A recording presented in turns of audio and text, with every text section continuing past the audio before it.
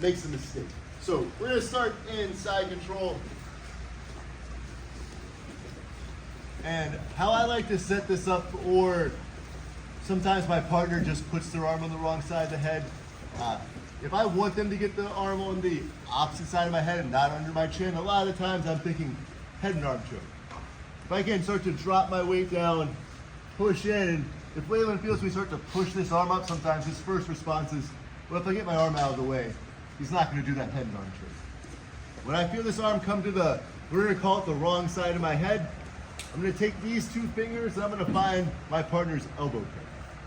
As I find the elbow pit, I'm gonna start to pinch my ear to my shoulder as I pull my elbow across my partner's hip, and then I wanna try to bring my elbow to my hip that's closest to my partner's head.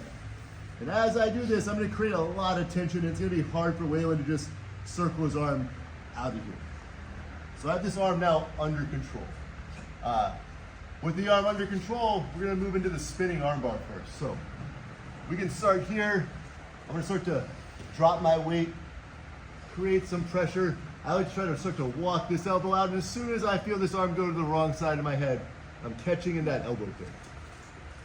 I'm bringing my elbow across my partner's hip, then I'm bringing it to my hip that's closest to my partner's head as I pinch my ear to my shoulder.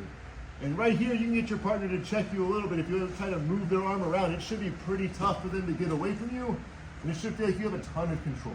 That's what I'm looking for. When I feel like I have all the control that I need, I'm gonna take my head out from under the head. I'm gonna use it to start to pull my partner's head towards me so I can step to the other side. As I step to the other side, I'm gonna stay up on my toes. I'm not gonna put my knee on the ground. Then all I need to do is turn the face back towards my partner, and I'm right into my armbar.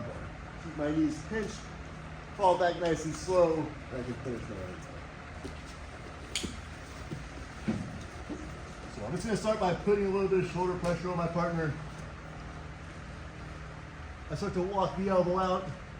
Whoever doesn't want to get head and arm choke. Sometimes they just put their arm on the wrong side of your head.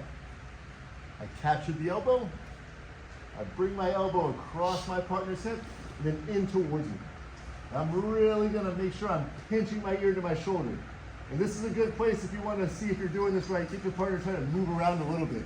You should feel like you have a lot of control. It's pretty easy for you to stay with them and keep this arm where you need it. Once I'm ready to go, this hand that's under my partner's head is just gonna circle to the other side. I'm gonna pull my partner's head towards me so I can create some space so I can step over the head. Making sure my toes are on the ground, my knees up in the air. And once I'm here, I'm just gonna spin back to face my partner, hug the arm to me, fall back nice and slow to finish my arm. You guys think you got it? All right, let's go.